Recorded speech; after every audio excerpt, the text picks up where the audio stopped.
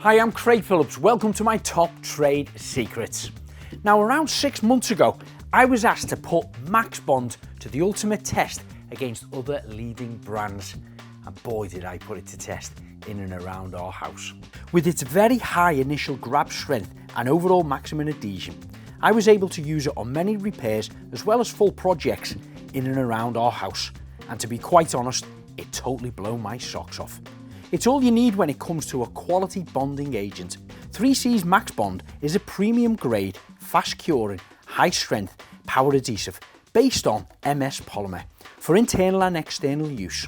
It is perfect to bond almost any materials, both porous and non-porous, and remains permanently elasticated. Although there's lots of adhesives available, very few offer such a phenomenal final cure as Max-Bond does. Normally it's desirable for surfaces to be bone dry, but this isn't always possible. That's why Max-Bond has been developed to tolerate most moist surfaces. So in this video, I'm going to show you how to bond together a variety of different materials using just 3C's Max-Bond. Now, first off, I want to put this to the ultimate test and see if it holds my weight. Yep, I seen a video online where somebody had applied some Max-Bond onto a house brick, bonded it onto a block and started to climb up it and held their weight. So I'm going to see if it holds mine. So I'm going to start by cleaning the bricks first. I'm going to take an old wire wool brush, make sure that there is no debris on there. Then a hard brush to dust it off. As with all surfaces, they need to be clean. I'm giving them a little once over with a wire brush and then dusting them off with a hand brush. And then I'm going to open my tube using a trimming knife, cut the top of your tube, screw on the nozzle and trim this down on an angle. Load it up into your cork gun and you're ready to go. Now I'm going to apply my Max-Bond, covering the entire surface of the back of this brick. Now I'm pressing it against the wall and putting a fair amount of pressure on.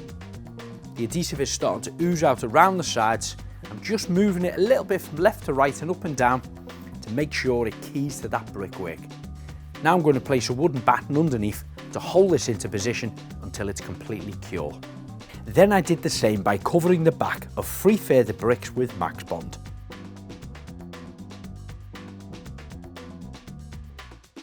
Then I applied further adhesive around the edge of the brick for additional strength. I wiped this down using my finger, then clean my hands using some silicone wipes. I'm going to leave this to dry till the following day in the hope that it takes my weight, but for now I'm going back in the workshop. So while the adhesive is drying on those bricks, I've got around 50 different pieces of material here that I'm going to bond down to different substrates. So I've got 2 different materials. One's a wooden post, which is porous, and then one's a plastic UPVC pipe, which is non-porous. I'm just going to apply 2 thin lines of Max-Bond on the back of each item. The 9 different materials I'm going to be using are softwood, hardwood, OSB board, MDF, plywood, engineered flooring, laminate flooring and veneered flooring. Now I'm only using 1 line of adhesive on the plastic pipe, but I'm using the same 8 pieces of material as I did on the wood. Now we've got a concrete precast lintel, and all surfaces need to be clean, relatively dry the better, and of course dust and debris free. I'm sticking different types of metals on here: galvanized steel, metal bracket that's powder coated, an aluminium bracket, an aluminium bar that's also powder coated, and a piece of stainless steel, lightweight metal handle and a heavyweight metal bracket, as well as a flat plate of aluminium. Now any excessive adhesive may ooze out the side, don't worry about that, let it dry and you can simply trim that off afterwards. This next surface is a piece of veneer, like a melamine board. Just like your kitchen work surfaces and your splashbacks, they're generally designed for things not to stick to. However, Max-Bond will. Do take yourself a little light piece of sandpaper, give it a very, very gentle scoring, and it will help it key. And as with everything, make sure, again, it's dusted off with no debris on there. Then on the veneer board, I stuck down a porcelain tile, some artificial grass, slate, a fire brick, heavy metal bracket, ceramic tile, natural softwood, a piece of polycarbonated sheet and a glass. Now this is a piece of MDF, medium density fiberboard. It's kind of in the middle of the other materials we're using. It's not as porous as your concrete or your plasterboard would be, but it is going to be more porous than the veneered board we used or the piece of plastic pipe. On the MDF surface I fixed down an engineering brick, the porcelain tile was fixed down on the smooth surface, and then a ceramic tile fixed down on top of that by the clay side. A ceramic tile fixed down on the glazing edge to the MDF, a piece of slate with a plastic bracket, a plastic container, a masonry fire brick, an aluminium strip and then a metal bracket. Now I've got an off-cut piece of plasterboard. This is very porous. If it's in your house, it's probably going to be plastered or painted, which is still fine as long as it's dry. I fixed down a tile, applying the Max-Bond to the ceramic surface. Also a piece of plastic, another metal bracket, then a UPVC piece of window trim, a plastic vent and a polycarbonated sheet. Now when you glue two different materials together, you will have to leave this for at least 20 minutes for them to bond. However, the overall curing time may differ depending on how much Max-Bond that you use, how porous the materials are that you're keying together, and of course weather and room temperatures, etc. also may play a part. Now while we're waiting for these to cure, I want to show you some other projects that I've been using Max-Bond on around our house and garden. Here in the workshop I designed and constructed a child's chair using hardwood. Knowing the chair was going to be left outside exposed to the elements, I knew Max-Bond would be the perfect material that I would need. I also built a mud kitchen for Nelly. This was constructed out of reclaimed pallet wood. This is a softer wood and will also be placed outside, exposed to the elements all year round. I built a small play area for the children out of wooden spindles. The corners were mited. I bonded them together using Max-Bond.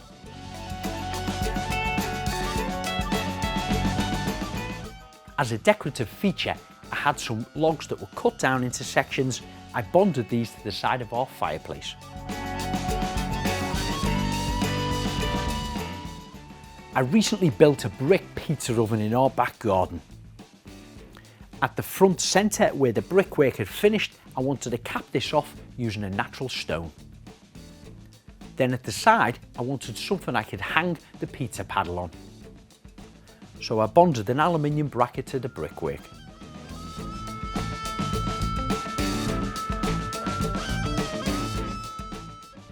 We also have a small kids swing in our garden, which the feet needed gluing on. Max-Bond worked a treat. I also had this old trailer, which the base was completely worn away. I broke this out, cleaned it up, and then applied the Max-Bond across all the base of the frame where I could stick down the plywood sheets. Then this was covered with aluminium tread. I did this by zigzagging the Max-Bond right the way across each plank and all the way around the four sides before bedding them into position.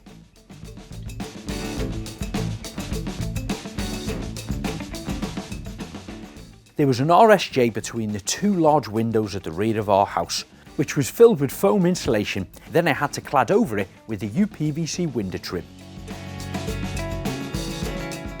I even fixed two decorative mirrors to our bedroom wall by applying the Max-Bond all the way around the outside edge and then two further lines in the centre. Then I placed it against the wall, applying an equal amount of pressure with my hands across all surfaces. Our workshop roof is a flat roof with a slight pitch. It's visible from our house, so we wanted to cover it with some artificial grass. It's constructed from a GRP system, meaning it's a fiberglass surface. We applied a number of nice thick lines of Max-Bond and then rolled our artificial grass over the top. Pressed this down and the adhesive held it into place. All of these items have now had a couple of hours to start to cure and bite to their surfaces. We started off with the timber on here, going on to timber. Now that is feeling very, very solid. I mean, I can pick up each one of them, no problem at all. and they had two little small lines of adhesive on. And then we had the PVC pipe, which again, they are really, really strong bond on there, all holding the weight of that little small piece of vinyl there at the top. Nice and secure. And then we moved on to the heavyweight stuff, like the concrete precast lintel, which is porous. And that really is very heavy, but a great, good, solid bond on there. And although there is still dries where it's got that elasticity in it, which allows a tiny little bit of movement, you can feel just how rigid, you know, these things are. And then we had the 4 mica board, which is designed for things not to stick to, like your kitchen surfaces and your splashback, etc. Again, the metal bracket there holds on great. We had the porcelain slab there, artificial grass, the slate, the brick, and then the glass as well. The glass is even, you know, lifting it up. And that's only had a small little blob in the centre of that glass on there, and it bit to that really, really well. Then we have the MDF board, which is kind of in the middle of these two boards, but it certainly isn't as porous as what the plasterboard would be. And the brick, house brick, is bonding to it. These are all the very heavy items, and this is a real heavy board now. We've got that 20mm porcelain slab on there, the 2 ceramic tiles, and, you know, even the bracket is taking the weight. Now on the plasterboard, these are all lightweight objects. Of course, you'd expect them to stick really well, but this ceramic tile is interesting because I applied the Max-Bond on the underside of it, the glazed surface of the tile, and bedded it to a very porous surface there, and that really, really has got a good strong bite on there, and I can't even get my fingers underneath there. And again, small little brackets are stuck really well. That would hold your shelves up, putting a couple of brackets in place. So the time has come. 24 hours has passed since I glued these 4 bricks to the wall, and I promised I was going to climb them. So I'm going to remove the timber first.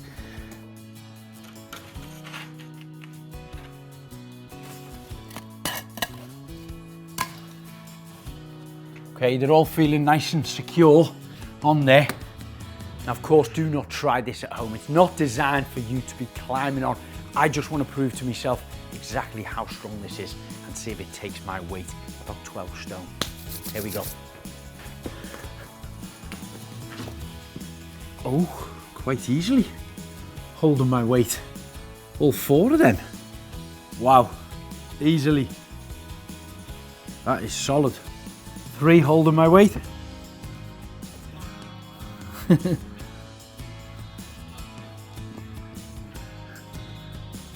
Now, will 2.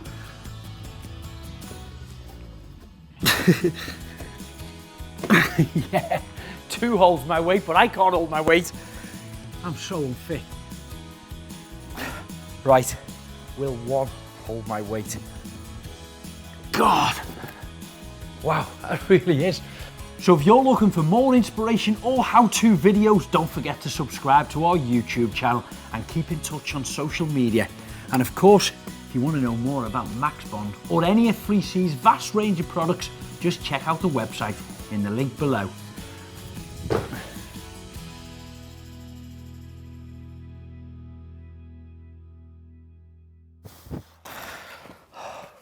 How the bloody hell am I going to get them off?